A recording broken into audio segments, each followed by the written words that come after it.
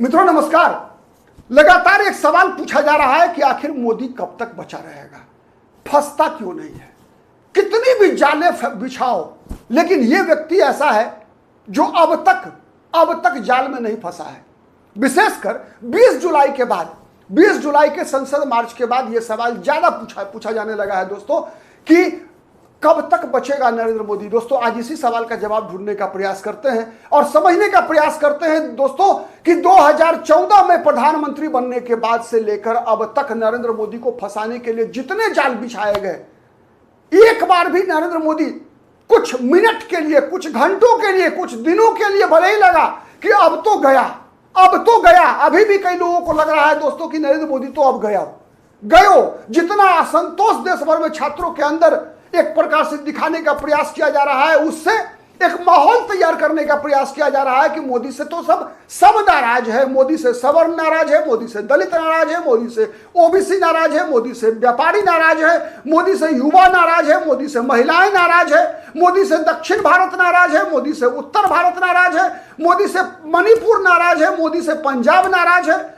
हर जगह दिखाने का प्रयास किया जाता है, बताया जाता है कि मोदी से तो गुजरात भी नाराज है, लेकिन ईवीएम की मदद से मोदी जो है गुजरात को जीत लेता है। ऐसी बातें लगातार मोदी के बारे में बताया जाता है। ठीक है, तो दरअसल ताकत क्या है मोदी की जिस कारण से मोदी फंसता नहीं है।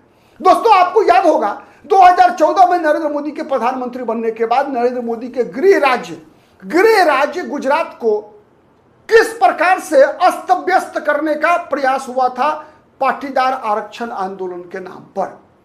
किस प्रकार की परिस्थिति पैदा की गई थी हार्दिक पटेल के द्वारा गुजरात में, याद दिलाने की आवश्यकता नहीं है। उसके बाद तो एक सिलसिला चल पड़ा।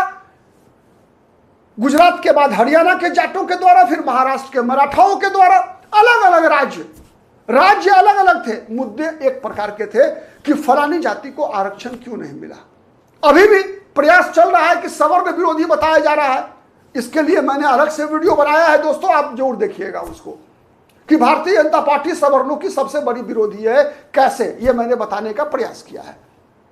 उसके बाद दोस्तों लोगों को लगा कि 2014 में नरेंद्र मोदी की जीत तुक्का थी, चूंकि 1984 के लोकसभा चुनाव के बाद भारतीय जनता पार्टी को 2014 लोकसभा चुनाव में जो 282 सीटें मिली थी, तो लोगों को लगा कि ये एक तुक्का था, ये एक लहर था और वो लहर काठ की हांडी थी, यानी हर बार ये काठ की हांडी नहीं चढ़ेगी। संजोग था कि मोदी को 282 सीटें मिल गई। अब कभी ऐसा इतिहास दोहराया नहीं जा सकता। लेकिन दोस्तों 2019 में लोकसभा चुनाव में जब नरेंद्र मोदी की उससे भी बड़ी विजय मिली, यानी 282 लोकसभा सीट जीतने वाली भारतीय जनता पार्टी 303 सीटें जीत गई तब दोस्तों नरेंद्र मोदी को किसी भी कीमत पर भारत की गद्दी पर नहीं देखने वाले तत्व, उनको लगा कि अब तो कुछ अलग करना पड़ेगा। अब वोट के माध्यम से मोदी को हराया नहीं जा सकता। और ऐसा हुआ क्यों, उसके पीछे कारण समझिए दोस्तों। मोदी की जो ताकत है ना, वही ताकत को विपक्ष समझ नहीं पा रहा है। इसीलिए मोदी नाम का व्यक्ति विपक्ष के जाल में नहीं फंस रहा है। 3 टायर रणनीति होती है मोदी की या भारतीय जनता पार्टी की, त्रिस्तरीय रणनीति है, इसीलिए मोदी नहीं फंसता है। लेकिन शायद विपक्ष को यह समझ में नहीं आ रहा है कि क्या है वो रणनीति।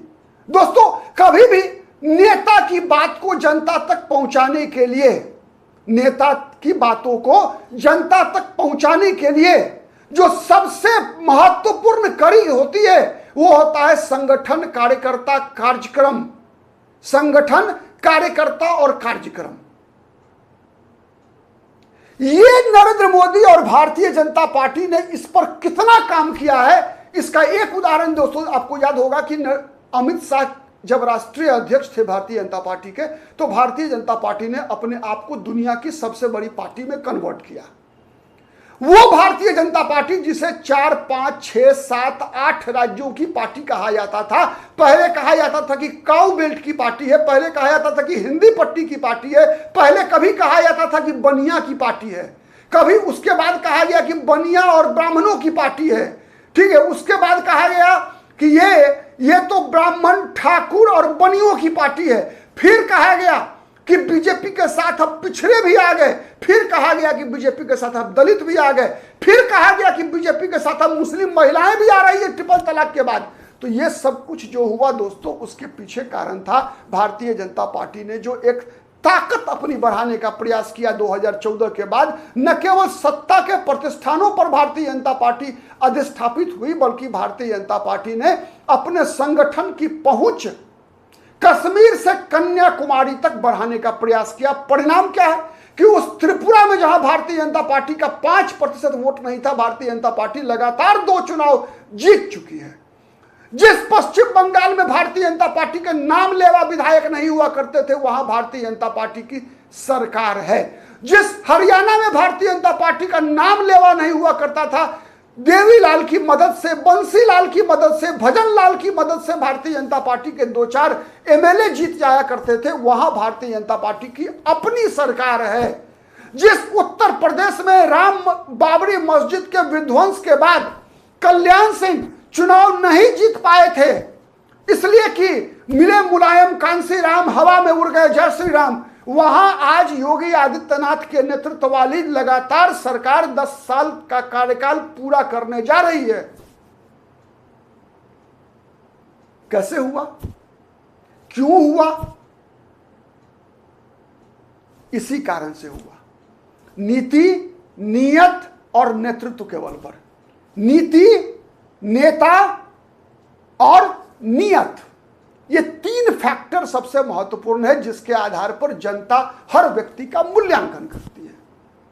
उसके बाद क्या हुआ दोस्तों, याद कीजिए। उसके बाद 2019 में जब विपक्ष को लग गया कि इस सरकार को ऐसे नहीं हटाया जा सकता है, उससे पहले भी जब जाटों ने आरक्षण मांगा, जब पाटीदारों ने आरक्षण मांगा, जब मराठाओं ने आरक्षण मांगा, तो दोस्तों हिंसा किस प्रकार की हुई बताने की, याद दिलाने की आवश्यकता नहीं। उस गुजरात में जहां नरेंद्र मोदी 13 वर्षों तक मुख्यमंत्री थे, लगातार भारतीय जनता पार्टी कभी भी 25-26 वर्षों से चुनाव नहीं हारी, 30 वर्ष शायद अब होने जा रहा है। उस गुजरात को जलाने का प्रयास किया गया और कहा गया कि नरेंद्र मोदी अब तो तेरी सामत है। स्थिति क्या हुई? 2017 के विधानसभा चुनाव में भारतीय जनता पार्टी किसी तरीके से इज्जत बचाने में कामयाब हुई थी। फिर हरियाणा, फिर महाराष्ट्र, ये सब बातें हो गई पुरानी। 19 के बाद क्या हुआ? 19 पहले तो राज्यों में शुरुआत हुई, गुजरात, हरियाणा, महाराष्ट्र। उसके बाद देश की राजधानी दिल्ली में वही काम शुरू हुआ, किसान आंदोलन के नाम पर, किसानों के नाम पर। किसानों आंदोलन में यानी किसानों का धरना चलता रहा। प्रतिदिन ये समाचार निकल कर आने लगे कि आज 10 लोग मर गए, कल 20 लोग मर गए। आंकड़ा दिया गया कि 800 लोग किसान आंदोलन के दौरान शहीद हो गए। ये आंकड़ा निकल कर आया क्या कि 800 लोग किसान आंदोलन के दौरान शहीद हो गए। और इसकी आड़ में क्या हुआ? लाल किले पर ट्रैक्टर चढ़ा दिया गया, यानी ट्रैक्टर रैली जो है वो लाल किले पर चढ़ा दी गई। लाल किले पर जहां तिरंगा ध्वज फहराया जाता है, वहां कैसे ध्वज फहराए गए? कहा जाता है खालिस्तान का ध्वज फहराया गया। सच है ना? तो यह सिलसिला लगातार जारी है। क्यों होता है लाल किला पर हमला? क्यों होता है संसद पर हमला? पता है क्यों हुआ? गुजरात में पाटीदारों का उस आंदोलन अलग विषय है। आंदोलन पहले भी हुए हैं, देश भर में हुए हैं, दिल्ली में भी हुआ है, वोट क्लब पर हुआ है, रामलीला मैदान में हुआ है, जंतर मंतर पर हुआ है, दिल्ली की सड़कों पर हुई है, हर जगह हुआ है आंदोलन। पटना में हुआ है, लखनऊ में हुआ है, भोपाल में हुआ है, चेन्नई में हुआ है, मुंबई में हुआ है आंदोलन। लेकिन याद रखिए दोस्तों, जब जब इन सभी जगहों पर बड़े बड़े आंदोलन हुए हैं, चाहे छात्रों के आंदोलन हो, चाहे किसानों का आंदोलन हो, जब जब कांग्रेस की सरकार रही है, गोलियां चली हैं। याद है? गोलियां चली हैं। आज जो लोग ये कहकर आंदोलन करते हैं कि अभिव्यक्ति की आजादी नहीं है, अभिव्यक्ति की आजादी नहीं है, आपातकाल लगा हुआ है, अघोषित आपातकाल है। जो लोग ये आरोप लगाते हैं अघोषित आपातकाल होने का दोस्तों, उन्हीं लोगों ने गोलियां चला चलाकर इतिहास को रंगा हुआ है। इतिहास रंगा हुआ है दोस्तों गोली चलाने का, छात्रों के ऊपर, साधुओं के ऊपर, किसानों के ऊपर, मजदूरों के ऊपर, आदिवासियों के ऊपर, दलितों के ऊपर, सवर्णों के ऊपर, हर जाति, हर समाज का वर्ग के ऊपर गोलियां चलाने का। जब कभी भी भीड़ आपे से बाहर हुई तब गोलियां चली है, नहीं चली है, नहीं चला, नहीं पता है तो आप केवल गूगल कीजिए कब कब पुलिस ने गोलियां चलाई हैं, आपको मिल जाएगा जानकारी।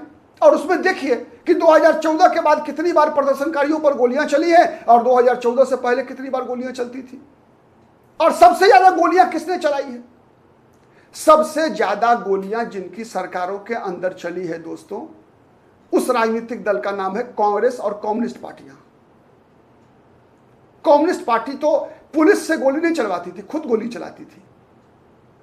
चाहे वो बंगाल हो, चाहे वो त्रिपुरा हो, चाहे वो केरल हो, जहां इनकी सरकारें थी, जहां सरकार नहीं थी वहां जंगल में। फिलॉसफी ये रहा है ना कि power comes through bullet not through ballot, कम्युनिस्टों की। और कांग्रेस इंदिरा गांधी की सरकार के जमाने में, इंदिरा गांधी के निधन के बाद राजीव गांधी ने क्या कहा था, जब एक बड़ा पेड़ गिरता है तो भूकंप आता है, तबाही मचती है। किस संदर्भ में कहा था? सिखों के नरसंहार के संबंध में कहा था। सच है या गलत है? दरअसल दोस्तों मैं बता रहा हूं नरेंद्र मोदी क्यों नहीं फंसे, उसका कारण एक ही है कि नरेंद्र मोदी ने गोली नहीं चलवाई। चाहे छात्रों का आंदोलन हो, चाहे किसानों का आंदोलन हो, चाहे सिखों का आंदोलन हो, चाहे जाटों का आंदोलन हो, चाहे मराठाओं का आंदोलन हो, चाहे पाटीदारों का आंदोलन हो, किसी भी जाति का आंदोलन हो, किसी भी वर्ग का आंदोलन हो, किसी भी मजदूरों का आंदोलन हो, कभी भी गोलियां नहीं चलवाई। आज जब एक पैलेट गन चलाने पर दिल्ली में हाय तौबा मचाया जा रहा है, इतना ही बड़ा बड़ा आंदोलन याद कर लीजिए दोस्तों, इतिहास भरा पड़ा है। सैकड़ों बार, सैकड़ों राउंड पुलिस गोली चलती है, गोलियां चलती थी।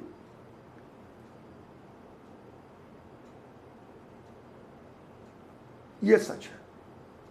मकसद एक ही है, चाहे वो संसद पर निशाना हो, चाहे लाल किला निशाना हो, चाहे गुजरात के शहर बड़ोदरा सूरत निशाना पर हो, चाहे रोहतक हाईवे जहां बस को रोककर महिलाओं के साथ कौन से खेल किए गए थे जाट आंदोलन के दौरान, बताने की आवश्यकता नहीं है दोस्तों।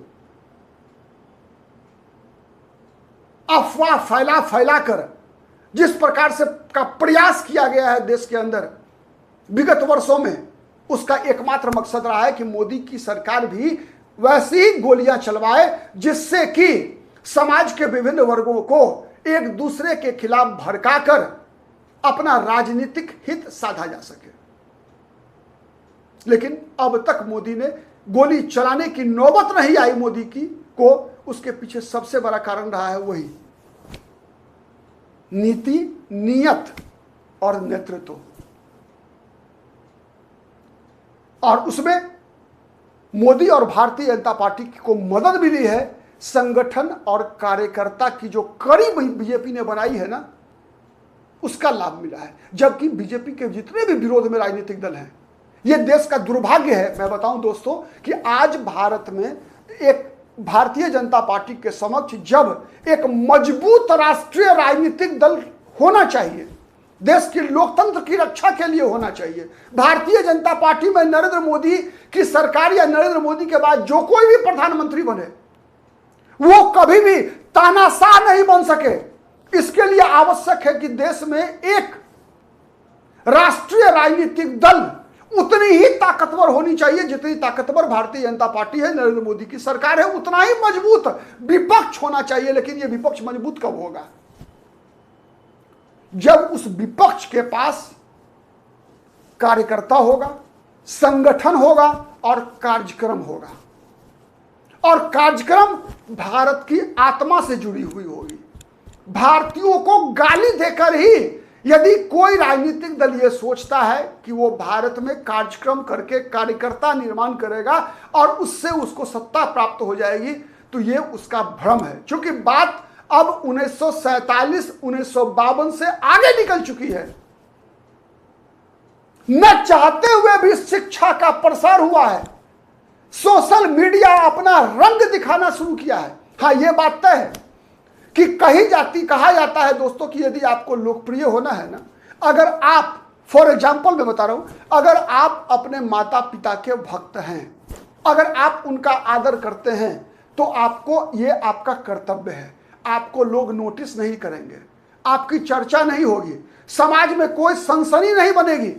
लेकिन वही व्यक्ति जब अपने मां बाप को गाली देता है तो वो अधिक लोकप्रिय होता है, अधिक लोकप्रिय होता है। तो आज दोस्तों सोशल मीडिया प्लेटफॉर्म पर समाज को गलत दिशा में ले जाकर अपने आप को लोकप्रिय बनाने का एक खेल चल पड़ा है। विशेषकर इसमें सोशल मीडिया से होने वाली आमदनी भी एक बहुत ही महत्वपूर्ण कारण है। क्योंकि अगर नकारात्मक खबरों का प्रसार अधिक होता है, सकारात्मक बातें सुनने के लिए धैर्य की आवश्यकता होती है, और यह धैर्य कम लोगों के पास मौजूद होता है। भड़काऊ बयान, जोड़ने का नहीं तोड़ने का प्रयास अगर आप करेंगे, आप अधिक लोकप्रिय होंगे। यह एक आम धारणा बन चुकी है, और भड़काने से डॉलर भी अधिक बनते हैं दोस्तों। इसका मतलब आप समझ रहे होंगे। हमारे विश्लेषण से आप कितने सहमत हैं, कमेंट करके बताइएगा दोस्तों। और अंत में केवल एक लाइन अंत में बोलकर मैं अपनी बात को आज विराम देता हूं इस वीडियो में। फिर अगली वीडियो में बात करेंगे दोस्तों कि आदर्श भारत के लोकतंत्र के लिए आदर्श स्थिति होगी कि भारत में भारतीय जनता पार्टी से भी अधिक मजबूत एक और कम से कम राष्ट्रीय राजनीतिक दल हो। एक से अधिक हो तो और अच्छी बात है। अब इस पर कब ऊपर वाले का आशीर्वाद होगा कि कब भारत को एक ऐसी और राष्ट्रीय राजनीतिक दल मिलेगी जो भारतीय जनता पार्टी को चुनौती दे सके। चुनौती कैसे? जनता के दिलों में जगह बनाकर, ना कि जनता को भड़काकर। कहा जाता है कि भारत देवभूमि है, भारत देवताओं के रहने की जगह है। कब यह सच साबित होगा, इंतजार करते हैं। आज के लिए इतना ही, फिर मुलाकात होगी। नमस्कार।